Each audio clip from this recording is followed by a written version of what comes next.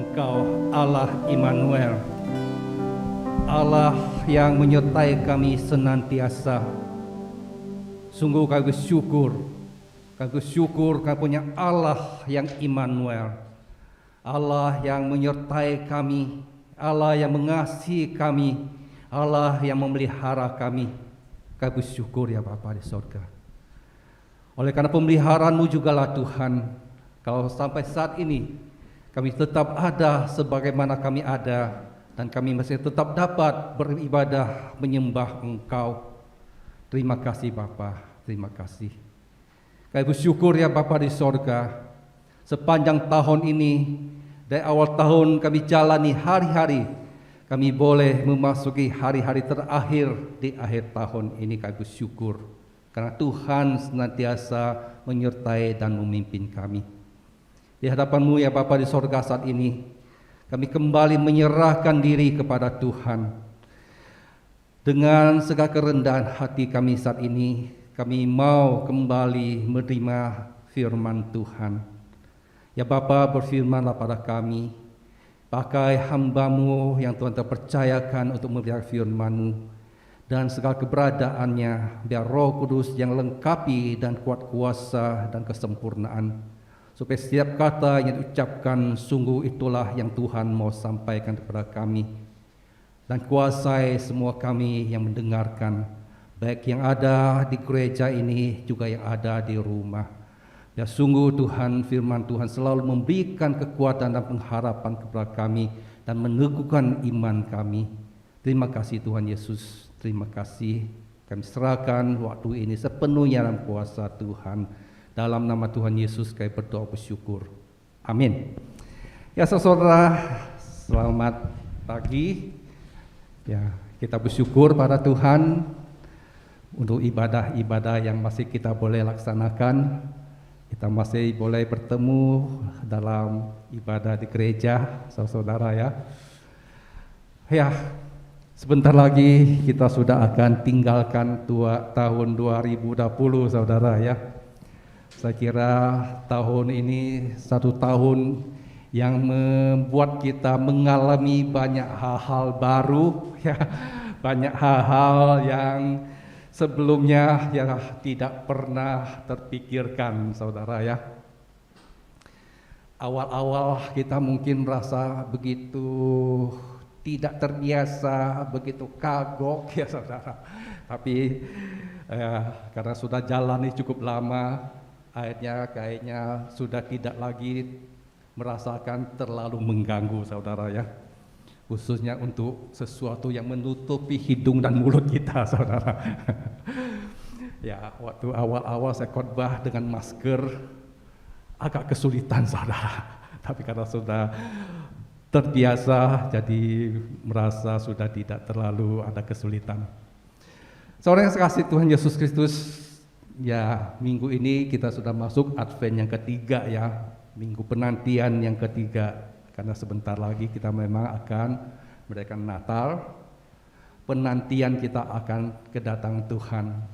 Ya, kita tahu Natal, kedatangan Tuhan pertama sudah terjadi, dan kita sekarang hidup di zaman anugerah karena Tuhan Yesus sudah datang menjadi Tuhan dan Juru Selamat kita. Tapi kita tetap menantikan Dia untuk kedatangannya yang kedua. Nah, saudara, kapan Tuhan Yesus datang kedua kali? Tidak ada seorang pun yang tahu. Apa yang akan terjadi dalam hidup kita? Kita juga tidak tahu. Karena 1 jam ke depan, 1 hari ke depan, 1 bulan ke depan, 1 tahun ke depan, kita tidak akan pernah tahu apa yang terjadi. Walaupun tentu saja ada banyak rencana yang kita buat, ya, ada banyak keinginan-keinginan yang kita harapkan bisa kita peroleh. Tapi itu sebelum kenyataan itu ada di hadapan kita, itu masih belum bisa dipastikan, itu masih menjadi harapan. Tapi saudara, seringkali kenyataan-kenyataan hidup saudara bisa mempengaruhi kita dengan segala kelemahan kita sebagai manusia, dengan keterbatasan kita sebagai manusia. Ya. Ada hal-hal yang menyenangkan akan membuat kita bersuka cita. Ya. Ada sesuatu yang kita harapkan untuk kita peroleh dan kita dapatkan akan membuat kita bersemangat. Tapi sebaliknya saudara, jika ada hal-hal yang kita inginkan tidak terjadi, ada hal-hal yang kita tidak pernah harapkan, yang buruk akhirnya datang menimpa hidup kita, bisa membuat kita kecewa, membuat kita kehilangan semangat, membuat kita barangkali sampai putus asa. Tapi saudara, sebagai orang percaya pada Tuhan, sebagai orang-orang percaya dalam Yesus Kristus, Yesus Kristus yang kita rayakan kedatangannya di hari Natal. Ya, di dalam Yesaya 9 ayat 1, di dalam nyanyian Zakaria, Lukas 1 ayat 7, 8, 7, 9 katakannya, terang yang besar telah datang untuk menyinari umat yang tinggal dalam kegelapan, memberi satu pengharapan, memberikan satu kekuatan bagi orang-orang yang ada dalam kegelapan, memberikan kekuatan bagi orang-orang yang mungkin dipepet oleh sesuatu yang buat hampir putus asa dan terpuruk. Nah saudara, tema kita hari ini akan kita renungkan bersama adalah kekuatan di tengah keputusasaan. Saya ajak kita untuk baca dua bagian Alkitab kita. Yang pertama, mari kita buka dalam Mazmur, ya, kitab Mazmur. Kitab Mazmur pasal 33. Ya, Mazmur kadang-kadang disebut pasal, kadang-kadang disebut nomor, saudara ya. Mazmur 33, saya ajak kita untuk melihat dari ayat 18 sampai ayat 22. Ya. Ayat 18 sampai ayat 22, Mazmur 33 berkata demikian. Sesungguhnya mata Tuhan tertuju kepada mereka yang takut akan Dia, kepada mereka yang berharap akan kasih setianya, untuk melepaskan jiwa mereka daripada maut dan memelihara hidup mereka pada masa kelaparan. Jiwa kita menanti-nantikan Tuhan, Dialah penolong kita dan perisai kita. Ya, karena Dia hati kita bersukacita, sebab kepada nama yang kudus kita percaya. Kasih setiamu ya Tuhan kiranya menyertai kami, seperti kami berharap kepadamu. Bagian kedua, saudara, saya ajak kita membaca di Yesaya. Kitab Yesaya pasal 40 ayat 29 sampai ayat 31. Yesaya 40 ayat 29 sampai ayat 31, demikian dikatakan firman Tuhan. Dia memberi kekuatan kepada yang lelah dan menambah semangat kepada yang tiada berdaya. Orang-orang muda menjadi lelah dan lesu, dan teruna-teruna jatuh tersandung. Tetapi orang-orang yang menanti-nantikan Tuhan mendapat kekuatan baru. Mereka seumpama Raja Wali naik terbang dan kekuatan sayapnya. Mereka berlari dan tidak menjadi lesu. Mereka berjalan dan tidak menjadi lelah. Puji Tuhan, saudara, dua bagian firman Tuhan itu memberitahukan pada kita dari mana datang kekuatan yang kita butuhkan ketika kita lemah, ketika kita lesu, ketika kita kecewa, ketika kita hilang harapan, ketika kita dalam keputusasaan. Saudara, di dalam Yesaya tadi katakan, Dia yaitu Tuhan memberikan kekuatan kepada yang lelah, yang memberi semangat kepada yang tidak berdaya. Ayat 30 membandingkan, saudara, dengan anak muda dan teruna-teruna yang selalu punya kekuatan, punya vitalitas yang hebat, tapi juga tetap bisa lelah dan lesu, ya, bisa jatuh tersandung. Tapi ayat 31 dikatakan, tetapi orang-orang yang menanti-nantikan Tuhan mendapat kekuatan baru, yang diumpama seperti Raja Wali yang naik terbang, dikatakan, saudara ya. Ya, Raja Wali, saudara, katakan kalau ada angin badai yang kencang datang, dia cukup lentang sayapnya, semakin kencang badai itu melanda dia, semakin tinggi dia terbang, luar biasa. Itu dikatakan orang yang menanti-nantikan Tuhan itu seperti itu. Dan Mazmur yang tadi kita baca juga sama, saudara, dikatakan jiwa kita menanti-nantikan Tuhan. Jiwa yang menanti-nantikan Tuhan itu yang bagaimana, saudara? Yaitu yang dikatakan ayat 18. Sesungguhnya mata Tuhan tertuju kepada mereka yang takut akan Dia, kepada mereka yang berharap akan kasih setianya. Dan ayat 19 katakan, untuk melepas jiwa mereka pada maut dan memelihara pada masa kelaparan.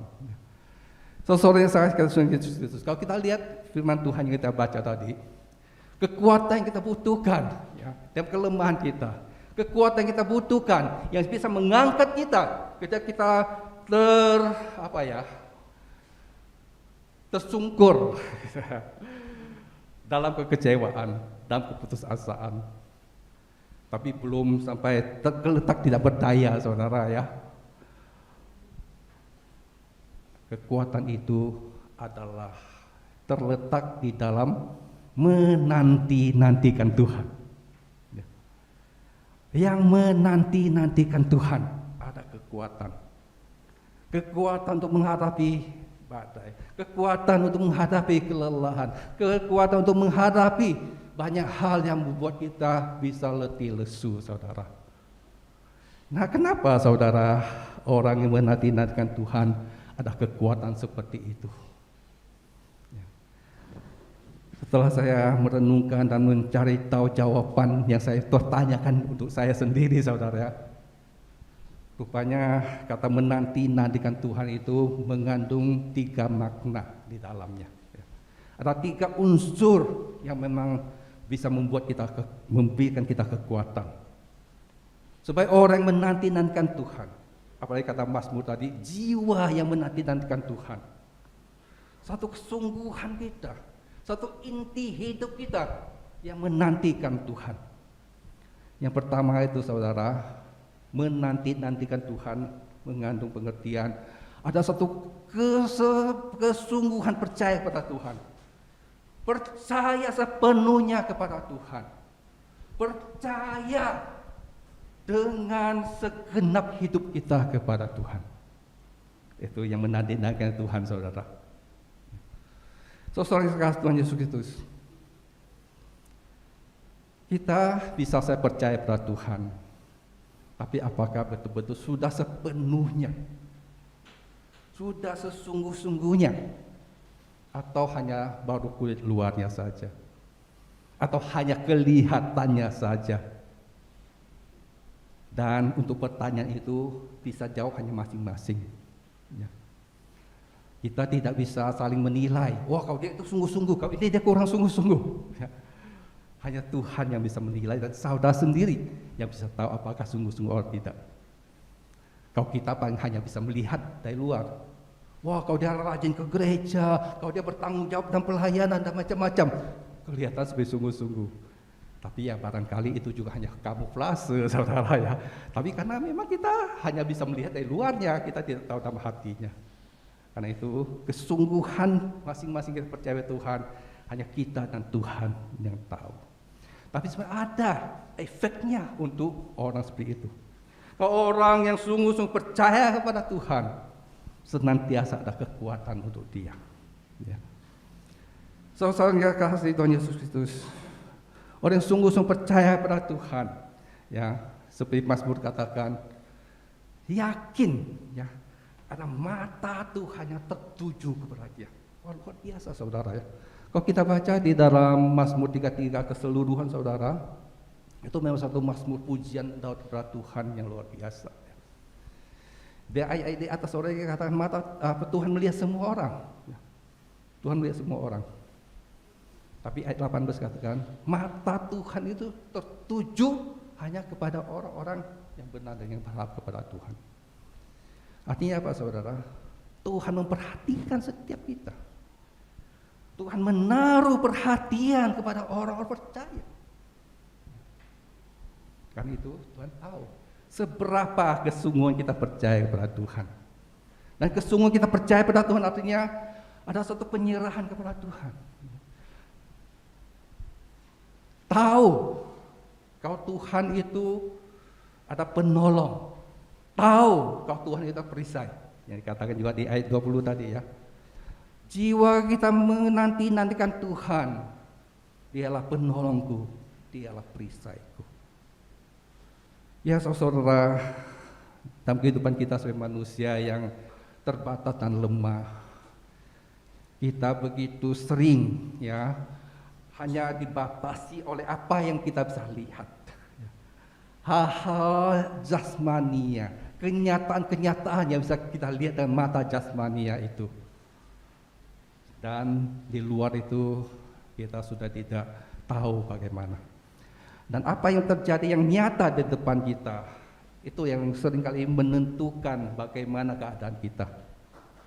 Ya kita ketika diancam, kita bisa takut. Itu normal manusiawi. Ketika kita rasa kita melakukan sesuatu, tidak berhasil, gagal, kita bisa kecewa. Ya itu manusiawi, saudara. Tapi saudara, kalau kita hanya tinggal dalam kemanusiawian kita, saudara, maka seringkali dalam kelemahan kita akan terus lemah kalau tidak ada topang kekuatan yang lain. Karena itu saudara, orang yang menantikan ke Tuhan ada kekuatan, karena apa? Topangnya lain. Tetap percaya pada Tuhan, tetap mengakui bahwa aku lemah, tapi Tuhan yang saya percaya, Tuhan yang kuat. Saya memang serba kurang, tapi Tuhan yang saya percaya itu Tuhan penuh dengan kelimpahan. Dan tetap menaruh percaya kepada Tuhan. Yang kedua, saudara, orang yang menanti-nantikan Tuhan adalah orang yang merindukan kehadiran Tuhan. Orang yang merindukan akan bertemu dengan Tuhan. Orang yang merindukan adalah lawatan Tuhan. Wah, saudara, kita bersyukur ya. Sebentar lagi atau kita sekarang sudah dalam suasana Natal. Ya, kita terus diingatkan, disadarkan. Tuhan sudah datang melawat umat manusia. Tuhan sudah datang melawat kita orang percaya. Dan itu selalu boleh menjadi satu kerinduan. Ada kehadiran Tuhan.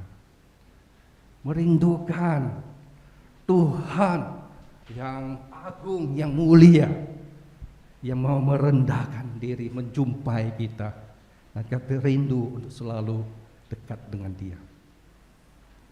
Dan yang ketiga, saudara, yang menanti-nantikan Tuhan juga mengandung satu pengharapan yang besar. Jadi di dalam Tuhan, saudara, selalu ada harapan. Kenyataan hidup yang kita hadapi mungkin membuat kita tidak ada harapan, tapi ketika kita ingat Tuhan, selalu ada harapan.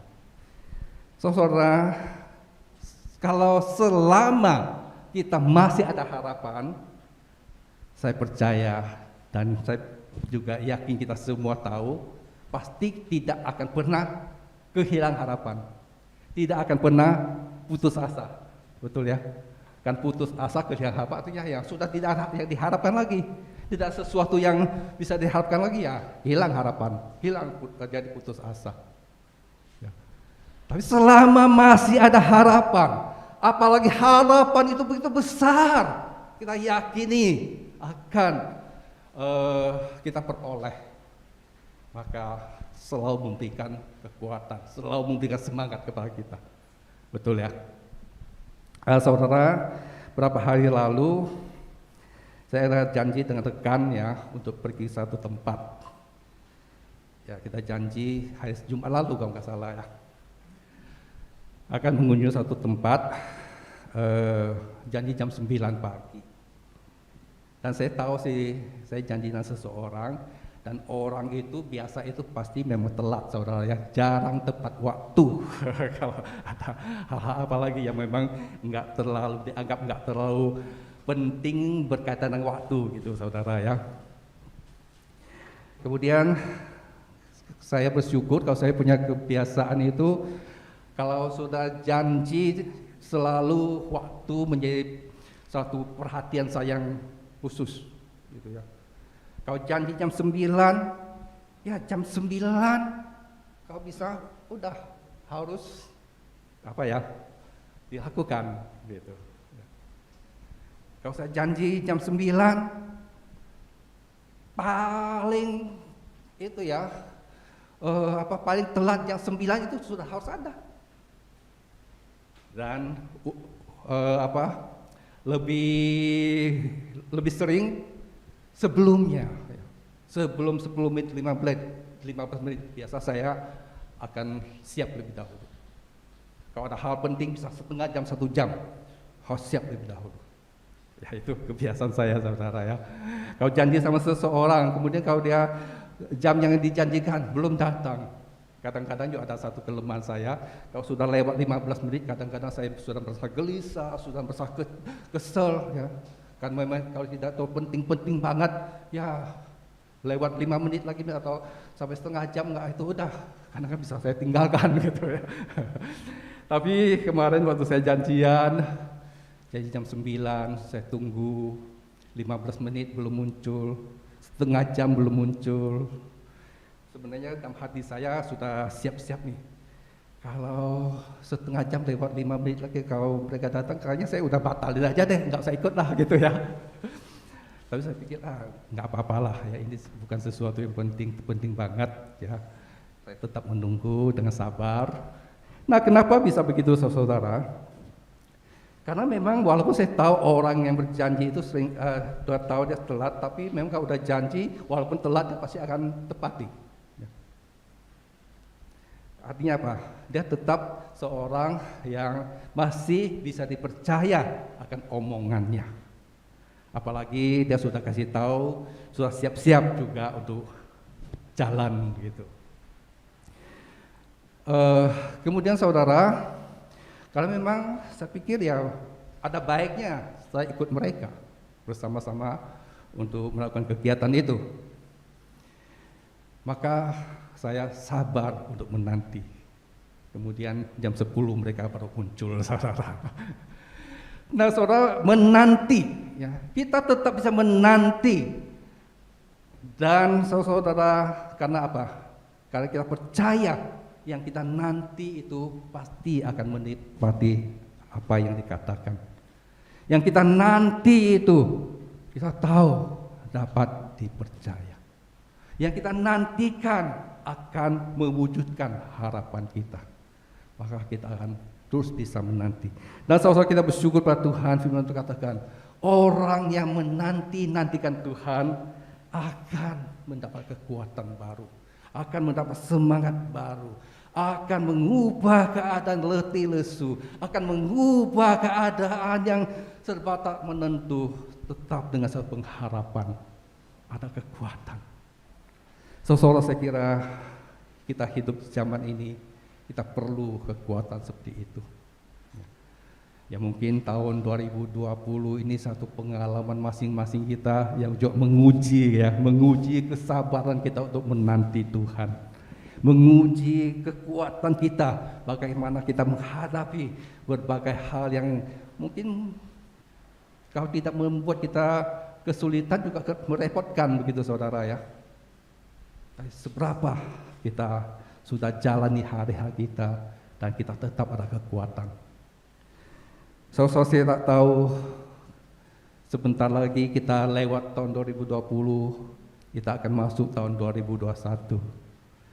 Selalu kalau kita berganti tahun, semua berharap akan lebih baik. Tapi apa kenyataan seperti itu? Belum tahu saudara ya. Kita juga belum tahu apakah tahun 2021 kita sudah bisa lepas masker saudara, atau masih tetap pakai masker ya. Walaupun katanya sekarang sudah ada vaksinnya saudara ya, tapi nggak tahu vaksinnya sampai ke kita itu kapan, kan begitu kita tahu. Dan banyak hal yang sebenarnya kalau kita lihat secara manusiawi kita tetap membuat kita takut, khawatir, dan tidak menentu. Mungkin ada banyak hal-hal yang selama tahun 2002 juga sudah begitu menyusahkan. Tahun ke depan kita belum ada melihat jalan yang lebih baik, yang mungkin akan bertambah susah. Mungkin membuat kita akhirnya kecewa dan mungkin di jurang keputusasaan. Sebaik anak-anak Tuhan saudara, mari kembali kita diingatkan pada Tuhan. Tuhan yang kita percaya, tetap Tuhan yang berkuasa, tetap Tuhan yang berdaulat atas ciptaannya. Saya selalu yakin itu saudaranya. Tuhan tetap pencipta yang maha kuasa, menciptakan alam semesta dan kita semua. Tuhan yang tetap berdaulat. Bagi Tuhan tidak ada sesuatu yang sulit kalau Tuhan mau bekerja. Kita manusia memang sedikit-sedikit yang kita tidak tahu, kita merasa sudah tidak berdaya, saudara. Ya.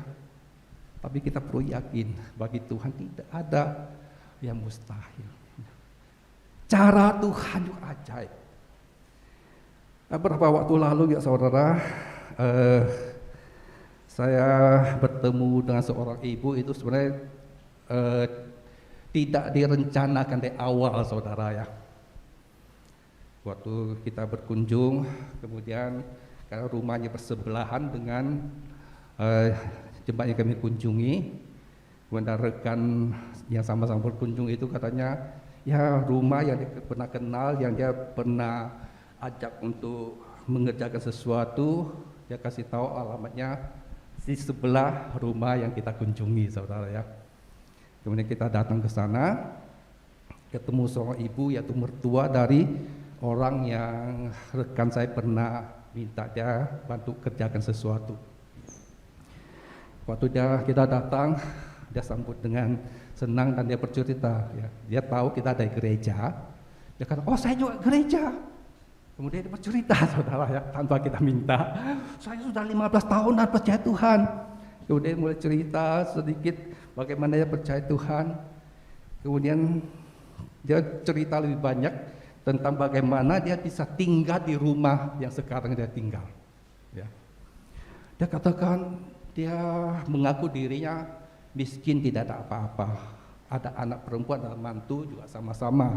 Bahkan anak mantunya ya tinggal sama dia, sebagai numpang di rumah dia juga ya. Ya dia udah percaya Tuhan 15 tahun katanya di gereja, satu gereja yang bukan GKY tapi saudara. Dia katakan suatu hari dia betul-betul merasa tidak tahu harus bagaimana lagi ya. Dia hanya bisa berdoa kepada Tuhan. Kemudian ketika pendetanya tanya dia bisa doakan apa, dia beritahu pada pendetanya, doakan saya butuh rumah. Saudara, dia kata dia butuh rumah. Saat itu dia mungkin rumah yang dia tinggalin sudah tidak bisa tinggal lagi, atau waktu numpang orang sudah tidak menumpangin lagi ya. Tapi dia katakan dia perlu rumah, tapi dia enggak punya duit, ya. Dia enggak punya kemampuan untuk bisa mendapat rumah. Dia katakan dia berdoa, pendeta juga dia minta berdoa. Katanya setelah dia berdoa dan pendeta mendoakannya, cuma dia nggak ceritakan waktunya apakah pas dia doa itu langsung hari itu terjadi, saudara ya. Dia cerita setelah doa, tahu-tahu ada orang, saudara katanya, yang dia tidak kenal ketemu dia dan bertanya, ibu butuh rumah ya? Luar biasa, saudara ya. Iya katanya, saya butuh rumah. Kemudian orang itu membawa dia untuk melihat rumahnya yang sudah cukup lama tidak ditinggalin. Ya, katanya rumputnya sudah tinggi-tinggi. Ini ada rumah kosong, mau nggak kamu tinggal di sini? Luar biasa. Karena apa? Ibu ini betul-betul menantikan Tuhan. Ada kesulitan yang alami, dia berdoa, minta pertolongan Tuhan. Dan Tuhan dengan ajaib membuka jalan. Luar biasa, saudara. Seringkali kesulitan kita untuk percaya pada Tuhan, tidak sabar menantikan Tuhan karena apa, saudara? Yang kita inginkan dan kita sudah punya konsep cara Tuhan untuk mewujudkan keinginan kita juga begitu. Maka kita Tuhan bekerja dengan cara yang lain. Kita sepertinya tidak bisa melihat kuasa Tuhan dan menolong kita. Saudara kasih Tuhan Yesus Kristus, biar Tuhan menolong kita, saudara. Kehidupan kita di dunia ini memang banyak hal yang membuat kita tidak tahu, banyak hal yang bisa membuat kita letih, lesu, hilang semangat. Ya. Kita bingung menghadapinya. Tapi ingatlah, ada Tuhan. Masih ada Tuhan yang peduli pada kita. Bukannya peduli, tapi juga punya kuasa dan sanggup menolong kita. Karena itu saudara, mari kita menjadikan Tuhan itu penolong kita, perisai kita. Kita akan alami kekuatan demi kekuatan dari Tuhan. Dan saudara, terakhir saya ajak kita untuk melihat pengalaman Rasul Paulus yang disaksikan. Ya. Kita buka di dalam 2 Korintus. 2 Korintus bagaimana Rasul Paulus mendapat kekuatan di tengah segala keterpurukannya. Ayat yang ke-8 sampai 11 pasal 1 dikatakan demikian. Sebab kami mau saudara supaya kamu tahu akan penderitaan yang kami alam di Asia Kecil, beban yang ditanggungkan atas kami adalah begitu besar dan begitu berat, sehingga kami telah putus asa di dalam hidup kami. Wah saudara-saudara, Rasul Paulus menyaksikan itu ya. Dia pernah mengalami penderitaan yang begitu berat, kesulitan yang begitu besar, sampai katanya putus asa juga. Hampir putus asa. Bahkan kami merasa seolah kami dijatuh hukum mati, tapi hal itu terjadi supaya kami jangan menaruh kepercayaan pada diri sendiri, tetapi hanya kepada Tuhan yang membangkitkan orang mati. Saudara, Paulus dalam keadaan hampir putus asa saudara, kemudian disadarkan supaya tidak mengandalkan kekuatan sendiri, jangan mengandalkan kemampuan sendiri, kehebatan sendiri, tapi mengandalkan Tuhan. Kemudian saudara dikatakan dari kematian yang begitu mengerikan ia telah dan akan menyelamatkan kepadanya kami mendapat pengharapan dan bahwa ia akan menyelamatkan kami. Menaruh pengharapan kepada Tuhan. Menaruh pengharapan kepada Tuhan. Itulah membuat Paulus kuat. Kemudian pasal 4 ayat 7 sampai 10. Dia juga mengatakan demikian. Tetapi harta ini kami punya dan bencana tanah liat, supaya kekuatan yang melimpah-limpah itu berasal dari Allah, bukan berasal dari diri kami sendiri. Jadi Rasul Paulus mengakui ya, keberadaan dirinya sebagai manusia itu seperti tanah liat yang lemah. Tapi ada kekuatan yang melimpah-limpah yang berasal dari Allah yang beri kekuatan. Maka saudara, ayat 8 dan seterusnya dikatakan, dalam segala hal kami ditindas tetapi tidak terjepit, kami habis akal namun tidak putus asa. Wah saudara, habis akal sudah tahu apa lagi, tapi tidak putus asa. Kenapa? Kekuatan Allah memberi kekuatan. Kami dianiaya, tidak ditinggalkan sendiri, kami dihempaskan, tidak binasa. Saudara, biar Tuhan menolong kita. Ada Allah yang dapat kita andalkan. Ada Allah yang memberikan kita kekuatan. Karena itu marilah kita dengan penuh kesungguhan dan kesabaran menantikan Tuhan. Kita berdoa. Minta pendeta Kong boleh berdoa untuk firman Tuhan. Tuhan, terima kasih pada siang ini kami boleh mendengar firman Tuhan yang begitu menguatkan hati kami. Tuhan, ketika kami berada di dalam kondisi yang kuat, untuk itu kita ada pengharapan sedikit pun, tapi kami sungguh-sungguh menanti-nantikan kepada Engkau. Kami hanya berfokus kepada Engkau, hanya kami menunggu dan merindu Engkau saja, supaya kami mendapatkan pengharapan yang besar, sehingga kami bisa hidup, kami bisa semangat, kami bisa berjuang sampai bertemu dengan Engkau. Tuhan, terima kasih. Firman ini menguatkan hati kami pun dan serta untuk kehidupan kami, sehingga sampai akhir yang tahun ini sama tahun depan pun kami bisa berjalan dengan firman ini. Terima kasih Tuhan. Dalam nama Tuhan Yesus kami berdoa dan mengucap syukur. Amin. Amin. Terima kasih.